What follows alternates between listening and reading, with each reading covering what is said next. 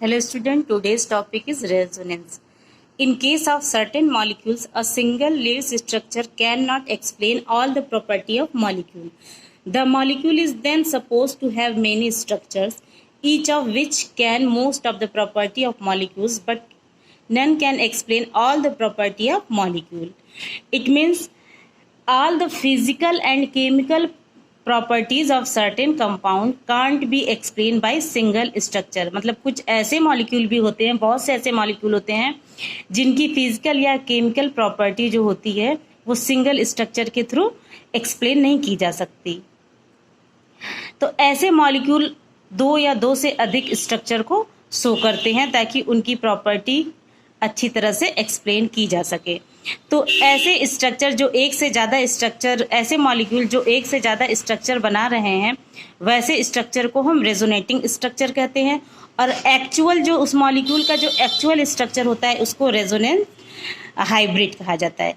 And इस पूरे phenomenon को कहा जाता है रेजोनेंस।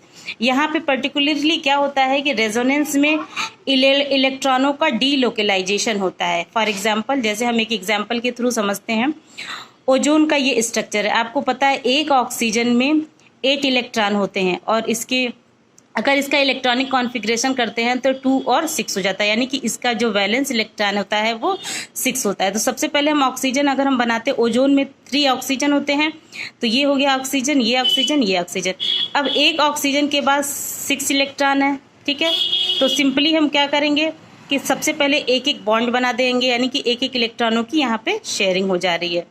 अब जब देखिए ऐसे, जैसे मान लीजिए हम एक इलेक्ट्रॉन है, एक इलेक्ट्रॉन इस ऑक्सीजन के एक इलेक्ट्रॉन के साथ शेयरिंग करके सिंगल बॉन्ड बना लिया, एक इलेक्ट्रॉन इस ऑक्सीजन के साथ सिंगल बॉन्ड बना लिया। अब बचा इस इलेक्ट्रॉन के पास 1 2 3 4, इस तरह इस इलेक्ट्रॉन के पास 1 2 3 4 5, और यहाँ पे 1 2 3 4 5 6 वाला ये है। अब क्या होता है, यहाँ पे एक इलेक्ट्रॉन इस इलेक्ट्रॉन के साथ डबल बॉन्ड बना लेता है, ठीक है। तो यहाँ पे ये भी चांस है कि यहाँ पे भी डबल बॉन्ड बन सकता है, यहाँ पे भी डबल बॉन्ड की चांसेस है। तो यहाँ पे क्या होता है कि अगर इलेक्ट्रॉनों का डीलोकलाइजेशन होता है, अगर यहाँ पे ये सिंगल बॉन्ड है तो ये यहाँ पे भी शिफ्ट कर सकता है। इट मीन्स ये इधर सिंगल बॉन्ड हो जाएगा तो फिर इधर डबल बॉन्ड हो जाएगा। तो ओजोन का स्ट्रक्चर इस तरह से भी बन सकता है और इस तरह से बन सकता है। तो यहाँ पे एक से ज़्यादा स्ट्रक्चर बन रहे हैं तो इस तरह का स्ट्रक्चर को हम जो है रेजोनेटिंग स्ट्रक्चर कहते हैं।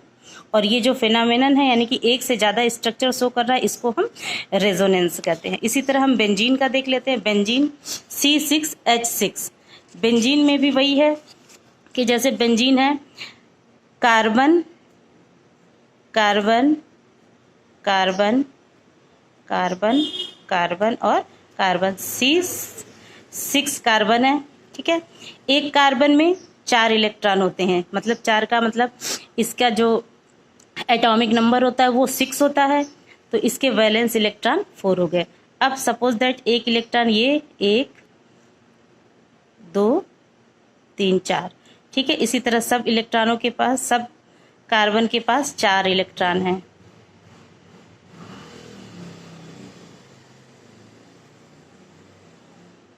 एक एक इलेक्ट्रॉन यहाँ पे सिंगल बॉन्ड बना रहे हैं, ठीक है। और एक इलेक्ट्रॉन हाइड्रोजन के साथ सिंगल बॉन्ड बना रहे हैं। हर कार्बन के साथ एक एक हाइड्रोजन जो है सिंगल बॉन्ड बना रहा है।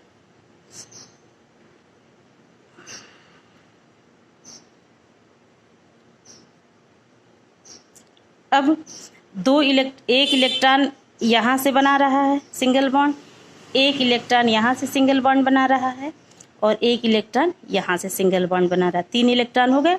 अब एक इलेक्ट्रॉन अभी बचा है, इस कार्बन के पास भी बचा है और यहाँ पे भी इस कार्बन के पास भी बचा है। तो अब यहाँ पे क्या होगा, यहाँ पे भी देखिए 3 सिंगल बॉन्ड है, अभी एक इलेक्ट्रॉन बचा है।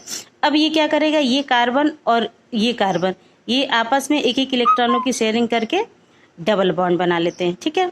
तो यहाँ पे ये डबल बॉन्ड बन गया। इसी तरह इस कार्बन के साथ यहाँ पे डबल बॉन्ड बन जाएगा और इसी तरह यहाँ पे भी बन जाएगा। अब यहाँ पे इलेक्ट्रॉनों की डीलोकलाइजेशन भी हो सकता है, क्योंकि ये जो डबल बॉन्ड है ये यहाँ पे शिफ्ट हो सकता है, ये यहाँ पे शिफ्ट हो सकता है और ये यहाँ पे शिफ्ट हो सकता है।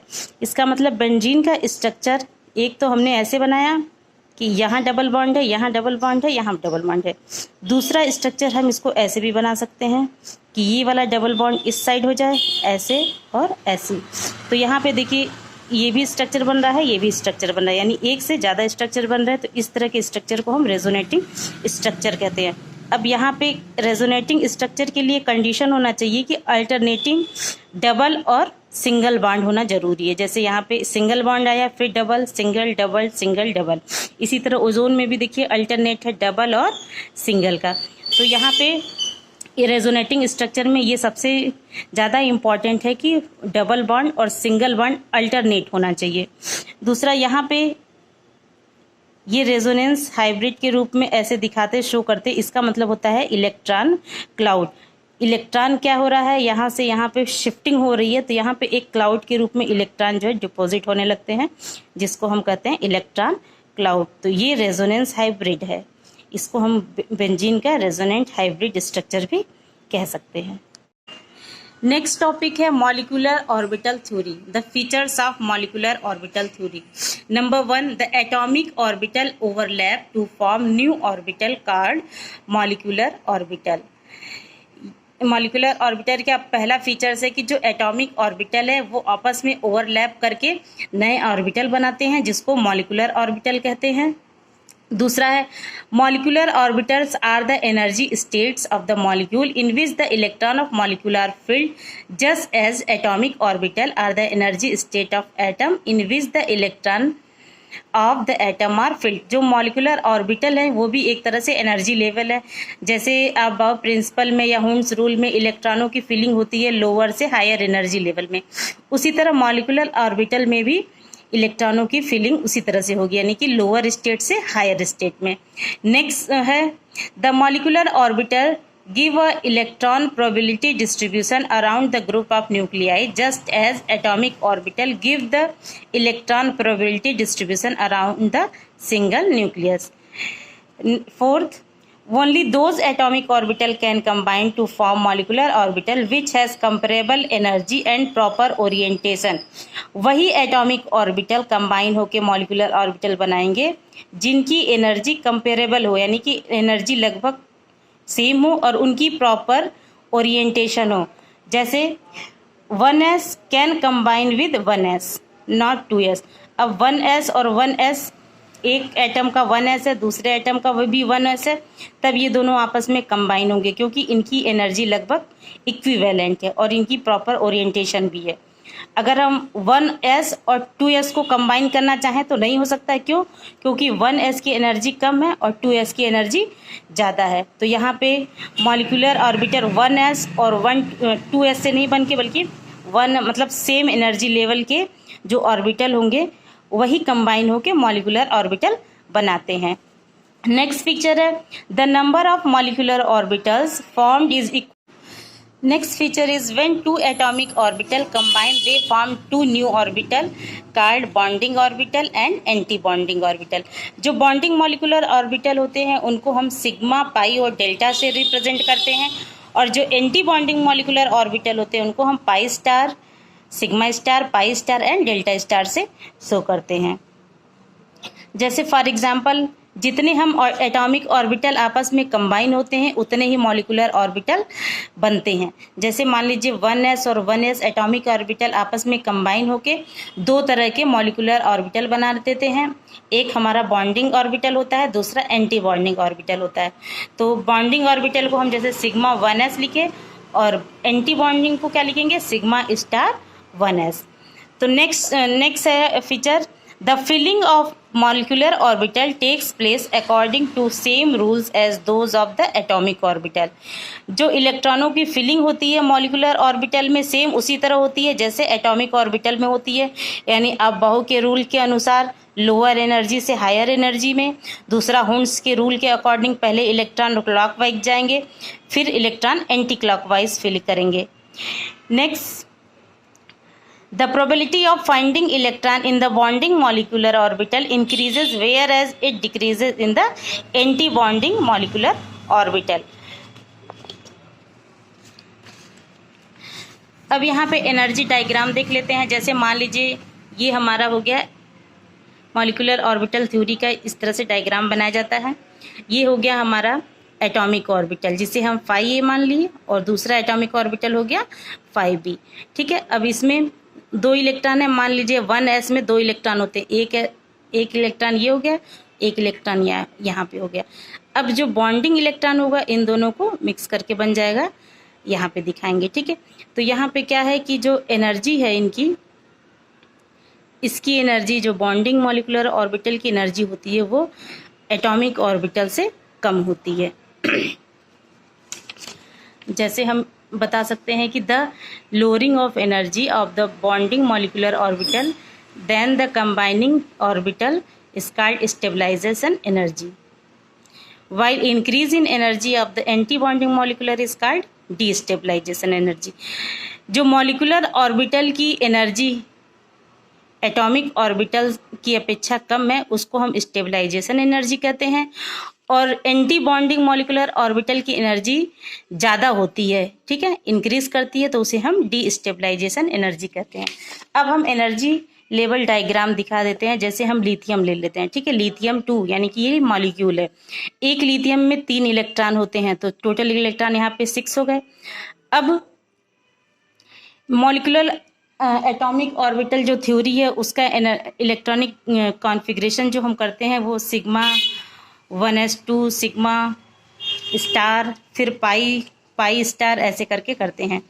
जैसे मान लीजिए हमने ऐसे bonding molecular orbital sigma 1s फिर सिग्मा स्टार 1s, फिर आ जाता है sigma 2s sigma star 2s, फिर हम जैसे हम करते हैं ना 1s2 2s2 2p ऐसे आता है 6।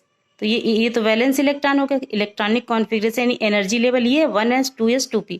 तो उसी तरह 1s के मॉलिक्यूलर ऑर्बिटल हो गए सिग्मा और सिग्मा स्टार, 2s के हो गए सिग्मा 2s और सिग्मा 2s स्टार।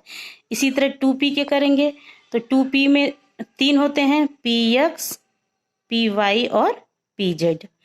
तो इसी तरह यहाँ पे हो जाएगा 2pz 2px, और ये इनकी एनर्जी लेवल लगभग बराबर होती है। फिर उसी तरह ये तो सिग्मा में आ गए,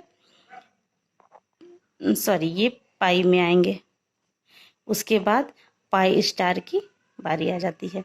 तो इसी तरह इलेक्ट्रॉनों की फीलिंग्स इसमें होती है। तो देख लेते हैं लिथियम मॉलिक्यूल का टोटल इलेक्ट्रॉन 6 है।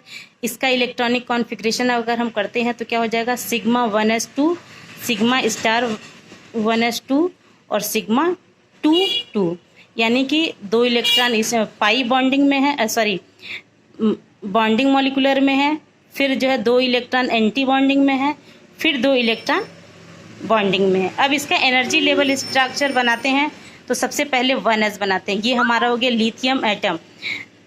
लिथियम, अगर लिथियम का हम एटॉमिक ऑर्बिटल के अकॉर्डिंग अगर इसका इलेक्ट्रॉनिक कॉन्फ़िगरेशन करते हैं तो हो जाएगा 1s2 2s1। तो ये देखिए लिथियम का हो गया 1s2 में 2 इलेक्ट्रॉन 2s1 में 1 इलेक्ट्रॉन। तो इसी तरह इस लिथियम का भी 1s में 2 इलेक्ट्रॉन और 2s में 1 इलेक्ट्रॉन। अब ये लिथियम और ये लिथियम आपस में कंबाइन होकर मॉलिक्यूलर ऑर्बिटल बना रहे हैं यानी लिथियम 2। तो यहाँ पे क्या हो गया 2 इलेक्ट्रॉन बॉन्डिंग में, फिर उसके बाद 2 इलेक्ट्रॉन एंटी बॉन्डिंग में, फिर उसके बाद 2 इलेक्ट्रॉन बॉन्डिंग में। तो इस तरह से energy level diagram according to MOT यानी मॉलिक्यूलर ऑर्बिटल थ्योरी के थ्रू शो होता है।